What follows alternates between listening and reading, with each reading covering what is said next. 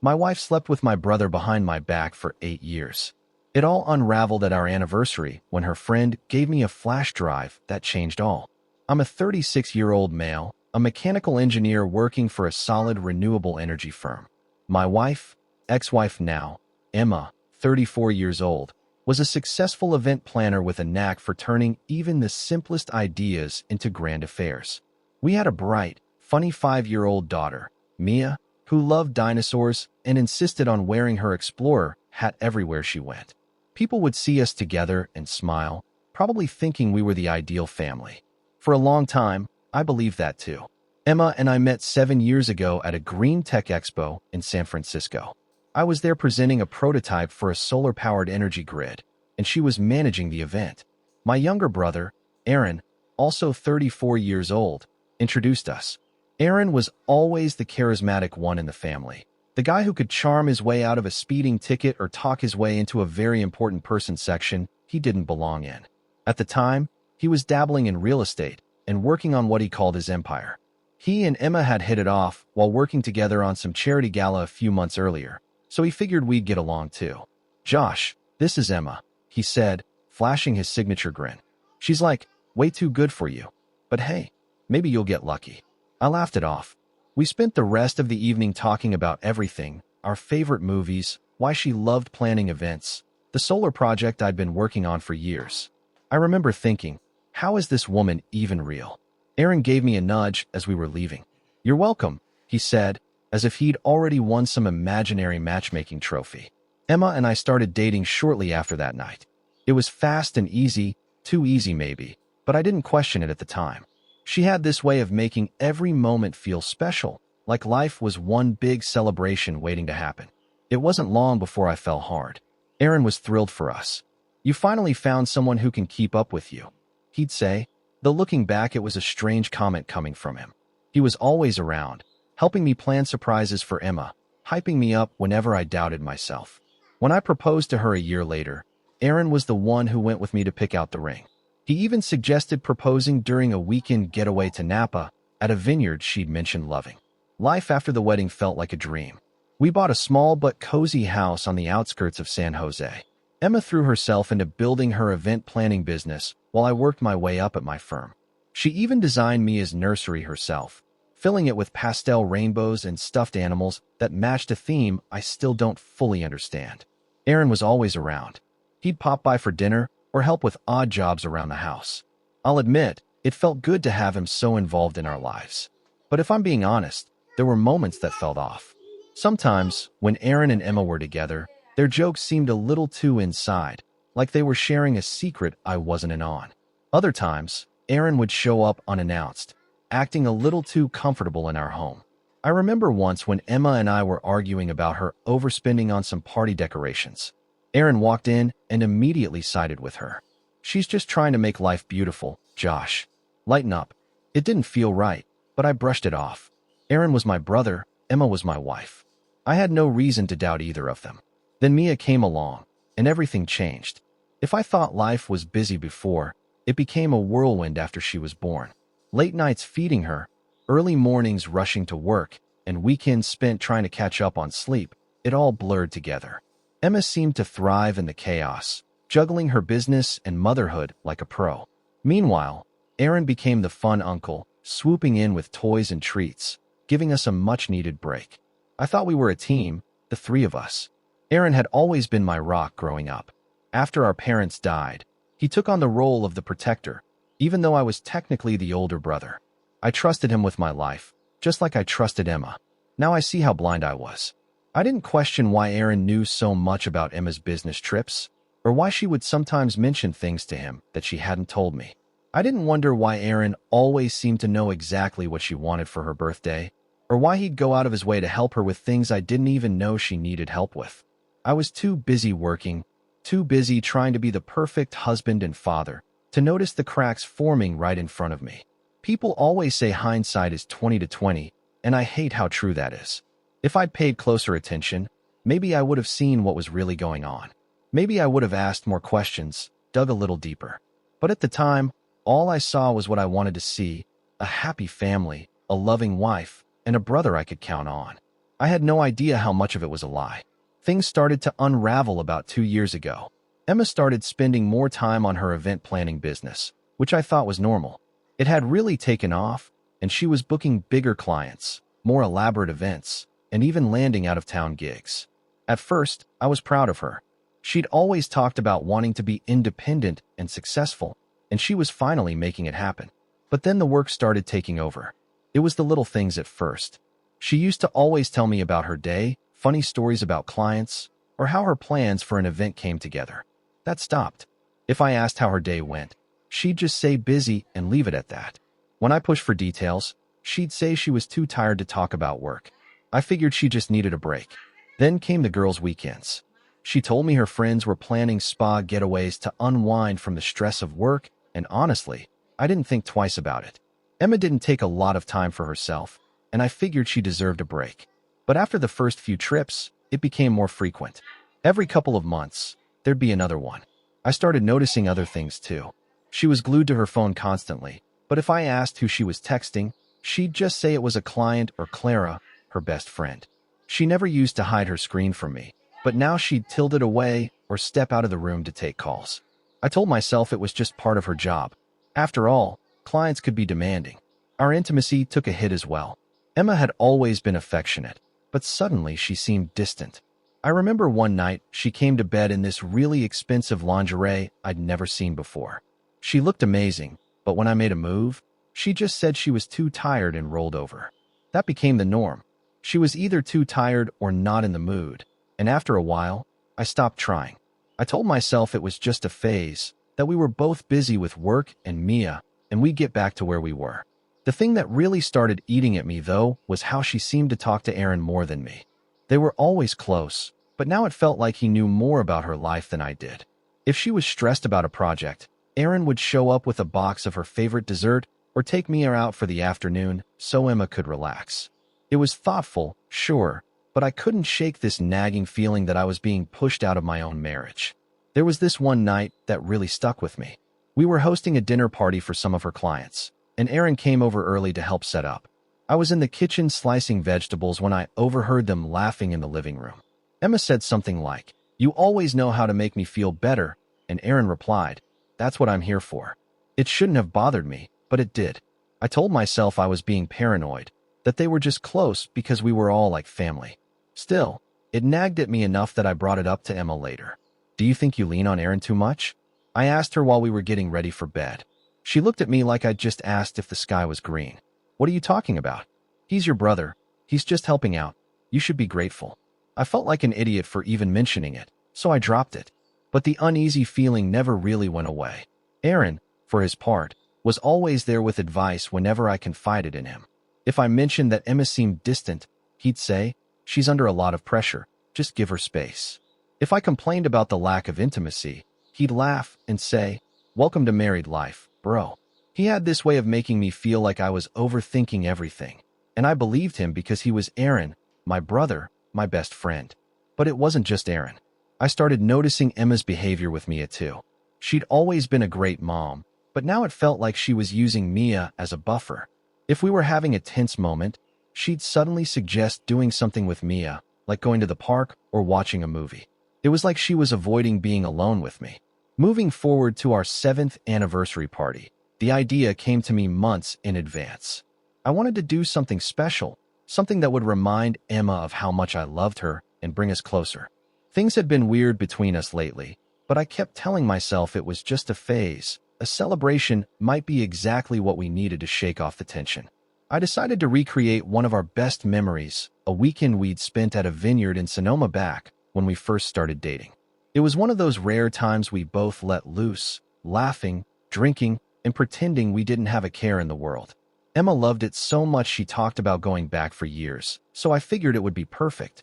I rented a private space at a vineyard and worked with the staff to make everything just right. They helped me design a menu based on her favorite foods, and I hired a small jazz band to play her favorite songs. I invited close family and friends, including her best friend Clara, who had just moved back to California. Aaron, of course, was one of the first people I told. "Dude, this is perfect," he said when I shared the plan. "Emma's going to love it." He offered to help with the setup, which didn't surprise me. Aaron had a knack for making himself indispensable in situations like this. At the time, I thought he was just being a supportive brother. The night of the party, everything seemed to fall into place. Emma thought we were just going out for a quiet dinner, so when we arrived and everyone yelled surprise, she looked genuinely stunned. She hugged me tightly, her eyes sparkling with tears. For the first time in a long time, I felt like I'd done something right. The vineyard was beautiful, with twinkling string lights draped across the patio and candles flickering on every table. The jazz band was playing softly in the background, and the air smelled like lavender and fresh grapes. Emma kept saying how perfect everything was, how she couldn't believe I'd gone through all this trouble. For a little while, I actually believed we were happy. Dinner started off great. The food was incredible, and everyone seemed to be having a good time. Emma was seated between me and Clara, laughing and chatting like the stress of the past few months had melted away. Aaron sat across from us, raising his glass every chance he got and cracking jokes that had everyone at the table in stitches. Then Clara made her toast. To Emma and Josh, she started, smiling warmly. "You two are the kind of couple that reminds us all what real love looks like." And then to Aaron, she hesitated for a second, her smile faltering just slightly. To Aaron, who's been such a rock for Emma these past couple of years, her words hit me like a punch in the chest. I felt my stomach drop as I glanced at Emma, whose face had gone pale. She reached for her glass and took a long sip, avoiding my eyes. "What does she mean by that?" I asked, trying to keep my tone light. Emma set her glass down, forcing a smile. "Oh, Clara's just talking about how Aaron's been helping out with Mia and stuff, with all my work stress." "Right," Clara said, her voice tightening. "Helping." The table fell uncomfortably silent. Aaron jumped in, laughing like nothing was wrong. "Come on, Clara, don't make it weird. I'm just doing what family does." Everyone chuckled awkwardly, and the conversation moved on, but the moment stuck with me. Emma barely spoke for the rest of the night, and Clara avoided making eye contact with me. Later, when I tried to bring it up on the drive home, Emma brushed it off. "You know how Clara is," she said, staring out the window.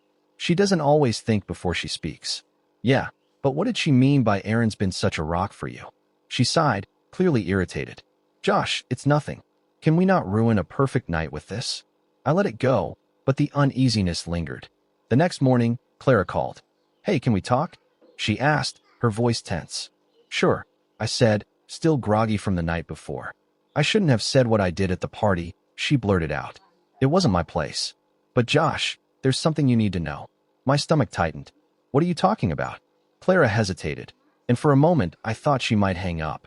But then she said, "Can I come over? It's better if I show you." When she arrived, she looked nervous, clutching her purse like it was a lifeline. She handed me a small flash drive without saying a word. "What's this?" I asked. "Just look at it. It explains everything that's been going on between Aaron and Emma for years behind your back," she said, her voice barely above a whisper. After Clara handed me that flash drive and left, I sat there for what felt like forever. I couldn't bring myself to open it, not right away. I paced the living room, laptop still open on the coffee table, wondering how I could have been so blind. A part of me didn't even want to know more. Ignorance felt safer, like maybe if I didn't look, it wouldn't all be real. But I couldn't just ignore it. Not anymore. Finally, I sat back down, took a deep breath, and clicked on the first email. It was dated almost 2.5 years ago, just before Emma's first girls' trip. The subject line was simple: "Miss you." The message was worse than I expected. "Emma, I wish I could see you this weekend. This is getting harder to hide," Aaron wrote. "I know, but it's worth it. You know that, right?" "Josh doesn't have to know," she replied. I clenched my fists, my heart pounding in my chest. I told myself to keep going, to rip off the bandage no matter how much it hurt. The emails unfolded like some nightmare I couldn't wake up from.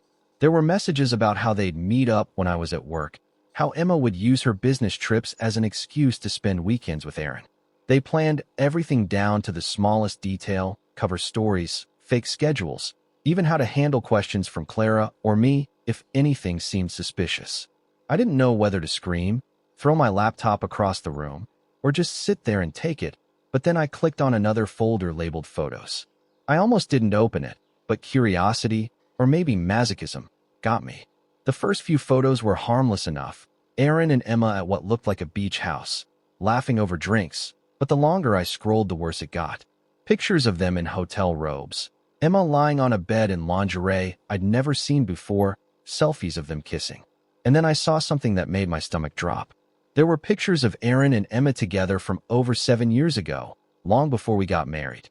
Some were taken in college, back when Aaron was supposedly focused on building his real estate empire. One picture showed them at a park I recognized. It was the same park where Emma and I had our third date. My mind started racing. Had this been going on the whole time? Had she ever really loved me? Or was I just a placeholder while she carried on with Aaron? Then I found the Facebook messages. The earliest ones were from right around the time Aaron introduced me to Emma. They talked about how it was the perfect plan. Aaron convinced Emma I was the safe choice, the stable, responsible older brother with a steady career, someone who could give her the life she wanted. One message from Aaron stood out like a slap in the face. "You'll have everything you need with Josh. He's predictable. I'm not, but I'll always be here for you." I slammed the laptop shut and stormed into the kitchen, needing to do something, anything, to stop the thoughts swirling in my head. I grabbed a glass of water, my hands trembling so badly I spilled half of it on the counter. I felt like my entire life had been a lie. My marriage, my relationship with Aaron, none of it was real. It was all some twisted game they'd been playing behind my back. But it wasn't just about me. What about Mia? What if she wasn't even mine? That thought hit me like a brick wall, and I nearly doubled over. I sat down at the kitchen table, my head in my hands, trying to figure out what to do next. Should I confront Emma? Aaron? Both of them? Or should I wait, gather more information, and make sure I had all the facts? As if on cue, my phone buzzed. It was a text from Emma, running late. "Don't wait up. Love you." The nerve of her, the audacity to send me that message while I sat here drowning in the truth of her lies. I wanted to call her right then and there, to scream at her and demand answers, but I stopped myself. If I lost my cool, she'd have time to spin some excuse to try and manipulate the situation. Instead, I called Clara. She answered on the second ring, her voice cautious. "Josh, why didn't you tell me sooner?" I asked, my voice cracking. There was a long pause before she replied. "I didn't know how. I didn't even know if I should. Emma's been my best friend since college, but I couldn't keep lying for her, not after I saw the emails." "Lying for her?" I repeated, my jaw tightening. "She told me about the affair almost a year ago," Clara admitted. "She said she was ending it, that she just needed time to figure things out. But then I saw the flash drive on her desk one day, and I couldn't ignore it anymore." I didn't know what to say. Part of me wanted to thank Clara for finally coming clean, but another part of me was furious that she'd kept this from me for so long. "What else do you know?" I asked finally. Clara hesitated again. "Josh, it's not just the affair. There's more. You should check into Aaron's business. I don't think it's as legit as he makes it out to be." I didn't even know how to process that. First my wife, now my brother's career. What else were they hiding? After we hung up, I sat in silence, trying to piece everything together. I knew I couldn't let this go. If Aaron's business was involved, that meant the betrayal ran even deeper than I'd imagined. I grabbed the laptop again, this time opening a new folder I'd overlooked earlier, financials. Inside, I found spreadsheets, invoices, and transaction records that didn't make any sense. Payments from Emma's event planning clients were being funneled into accounts linked to Aaron's real estate firm. Some of the documents were flagged with notes like transfer to offshore or split between accounts. It didn't take a genius to figure out what was going on. They weren't just having an affair, they were laundering money. I leaned back in my chair, completely numb. The betrayal wasn't just personal anymore. This was criminal. I knew then that I couldn't handle this alone. I needed to confront them, but I also needed help. This was bigger than just me now. I decided to confront Emma first. Aaron wasn't around, and I figured if I caught her off guard, she might slip up. Besides, I needed to see her face when she tried to explain it all. I wanted to hear her say the words, to admit what she'd done. When she came home that evening, acting like everything was normal, I almost lost it right then and there. She dropped her bag by the door and gave me a quick smile. "Hey," she said casually, like she hadn't been lying to my face for years. "Emma," I said, trying to keep my voice steady. "We need to talk." Her smile faltered. "Okay," she said, walking into the living room. She sat on the couch, tucking her legs underneath her like she always did. "What's up?" I stayed standing, too angry to sit. "I know about you and Aaron," I said, the words coming out harsher than I intended. Her face went pale, and for a moment, I thought she might actually deny it. But then she just looked down at her hands and whispered, "How did you find out?" That admission, those 4 simple words, felt like someone had just kicked me in the chest. No denial, no excuses, just a quiet confirmation. "I found the emails, the photos, everything," I said, my voice shaking. "I didn't mean for it to happen," she said, her voice breaking. It just happened." "Don't give me that," I snapped. "This didn't just happen. You planned this, both of you." I read the messages. "You've been lying to me from the start." She started crying then, big, heaving sobs that made me want to punch a wall. "I never wanted to hurt you, Josh," she said. "I swear I didn't. I love you." "You love me?" I laughed bitterly. "You don't destroy someone you love, Emma. You don't sleep with their brother and make jokes about how clueless they are." She didn't say anything, just kept crying into her hands. "And it's not just the affair," I continued. "You and Aaron, what were you doing with the money? I saw the files. Were you using your business to launder money for him?" Her head shot up then, her eyes wide. "I didn't know," she said quickly. "I didn't know what he was doing, I swear." "Don't lie to me," I said, my voice rising. "Not anymore. I have the evidence, Emma. You knew exactly what he was doing, and you helped him cover it up." She shook her head, tears streaming down her face. "Josh, please. I didn't mean for any of this to happen. I made a mistake, a horrible mistake. But I love you, and I love Mia. Can we try to fix this?" Fix this. The words felt like a slap in the face. How could she even say that after everything she'd done? "I don't even know who you are anymore," I said. "The woman I married, the woman I thought I knew. She wouldn't have done this. Not to me, not to her family." She didn't say anything after that, just sat there crying while I walked out of the room. I couldn't look at her anymore. The next morning, I decided it was Aaron's turn. I didn't bother calling him first. I drove straight to his office, fueled by anger and adrenaline. When I walked in, his assistant greeted me with a bright smile. "Hi, Josh, here to see Aaron?" I didn't even answer, just pushed past her and into his office. Aaron was sitting at his desk, scrolling through his phone. When he looked up and saw me, his face went blank for a moment. Then he leaned back in his chair, giving me that cocky grin he always used to get out of trouble. "Josh," he said, spreading his arms like he was welcoming me to a family dinner. "What's up?" "You know damn well what's up," I said, slamming the door behind me. He sighed, setting his phone down. "Emma told you, huh?" "She didn't have to.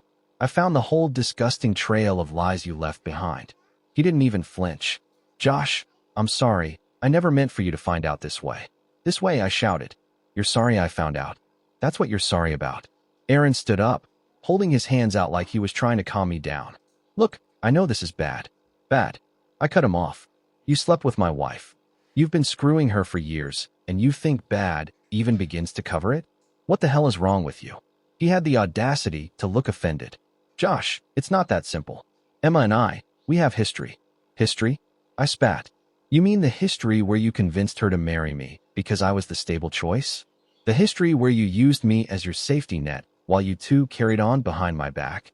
Aaron's face hardened then, the fake remorse gone. "You don't understand," he said. "You've always had everything, Josh. The career, the perfect family, the respect. Emma and I, we were real. But she needed stability, and you could give her that." His words hit me. "You used me," I said, my voice barely above a whisper. "You used me to give her the life you couldn't." "I didn't mean for it to go this far," he said, his voice softening again. "But Josh, you have to understand. Emma loves you too. She really does." I couldn't take it anymore. I turned and walked out of his office, ignoring his calls for me to come back. That night, as I sat alone in the living room, I realized there was no coming back from this. Emma and Aaron didn't just betray me. They destroyed everything I thought I knew about my life. And yet, a small, nagging thought kept creeping into my mind. What about Mia? What if she wasn't even mine? I didn't want to believe it, but after everything I'd learned, I couldn't just brush it off. I decided then and there to get a paternity test. I needed the truth, no matter how much it hurt, because at this point, the lies had already done enough damage. The day I sent off the paternity test for Mia, I felt like I'd hit rock bottom. Waiting for the results was torture, but I couldn't sit around and do nothing in the meantime. Things at home were unbearable.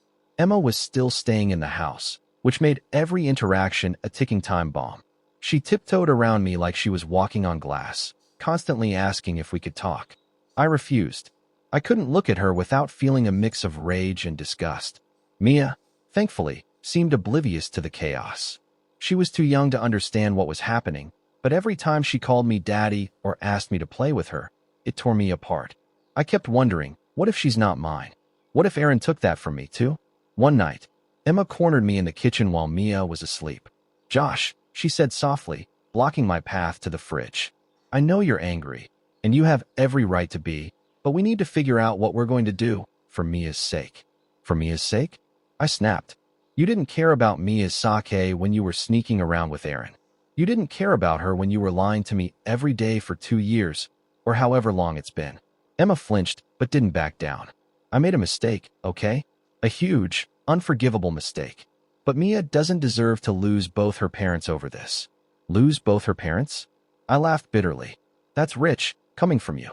If she loses anyone, it'll be because of you and Aaron, not me." She started crying, but I didn't care. I walked out of the kitchen, leaving her standing there with her fake tears and her fake remorse. The next morning, I gathered all the evidence, the flash drive, and took it to the police. I didn't care what it meant for Emma or Aaron. They'd made their choices. Now they had to face the consequences. The officers I spoke to took me seriously right away. When I handed over the files, one of them raised an eyebrow. "This is big," he said. "We're going to need more details." Over the next few hours, I explained everything. How I discovered the affair, the financial records. By the time I left the station, I felt drained, but oddly relieved. Later that day, the paternity test results arrived. My hands shook as I opened the envelope, my heart pounding so loudly I could barely hear myself think. The results were clear. Mia was mine. It was the first good news I'd had in what felt like forever. No matter what else Emma and Aaron had done, Mia was my daughter. That was one thing they couldn't take away from me. But the relief was short-lived. That evening, the police showed up at our house with a warrant. Emma was arrested on charges of money laundering and conspiracy. She sobbed as they led her away, begging me to believe she didn't know what Aaron was really doing. I didn't say a word. Aaron wasn't so lucky. He was arrested at his office later that week, along with 2 of his business partners. The divorce process was as grueling as you'd imagine. After Emma's arrest, I filed immediately. There was no point dragging it out. I knew there was no salvaging what was left of our marriage. Every meeting with my lawyer felt like reliving the nightmare all over again. We went through financial records, property disputes, custody arrangements, and more evidence of Emma's betrayal than I ever wanted to see. To her credit, or maybe out of guilt, Emma didn't fight me on most of it. Her lawyer reached out a few times trying to negotiate some form of shared custody for Mia, but I shut that down instantly. With her legal troubles and the mess she'd made, there was no way I was going to let her have any influence over Mia's life. When we finally went to court, Emma barely spoke. Her lawyer argued that she was a first-time offender and that her involvement in Aaron's schemes was limited, but it didn't matter much when it came to the divorce. The judge granted me full custody of Mia, citing Emma's criminal charges as evidence that she wasn't fit to parent. As for the financials, Emma's lawyer tried to argue that she deserved a portion of my assets since her business was tied up in Aaron's mess. That was laughable, considering her business had been used to launder money.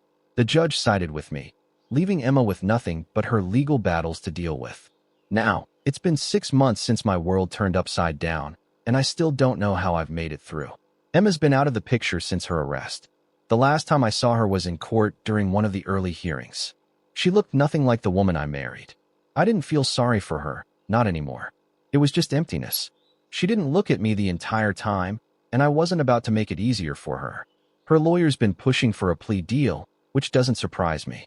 First-time offender, supposedly coerced by Aaron, it's the same song and dance.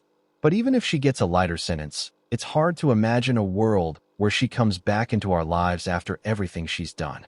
I don't see how she could. Aaron, on the other hand, is locked away with no sign of a deal. His fraud case blew up in the media after the police uncovered just how many people he scammed. Turns out it wasn't just small-time clients he'd been screwing over. Bigger investors, including some who had the power and resources to make sure he paid for it. Last I heard, he's facing at least 8 years behind bars. Good riddance. Mia is the one keeping me sane through all of this. She doesn't fully understand what's happened, but she knows things aren't the same. She stopped asking about Emma a couple of months ago, and I'm not sure if that's a good thing or not. She's adjusted quicker than I expected. Emma's parents have been surprisingly supportive, which has been weird. I expected them to defend her or try to justify what she did, but instead, they've been apologizing nonstop. Her dad even offered to help with Mia's school tuition, saying it was the least they could do after what Emma put me through. She's still my daughter, he told me over the phone one night, but I can't defend what she did. I raised her better than this. Last week, I decided it was time to sell the house. It's too big for just Mia and me, and honestly, I can't stand the memories tied to it anymore. As I write this, I'm sitting in the new house. There are boxes everywhere, and Mia is asleep upstairs in her new room. It's smaller than her old one, but she loves it because it has a little window seat where she can sit and read. For the first time in months, I feel hopeful. I'm not over what happened. I don't think I ever will be, but I'm learning to live with it, to move forward one step at a time. Emma and Aaron might have broken my trust, but they didn't break me. And as long as I have Mia, as long as I keep showing up for her, I know I'll be okay. Life isn't perfect, but it's mine, and for now, that's enough.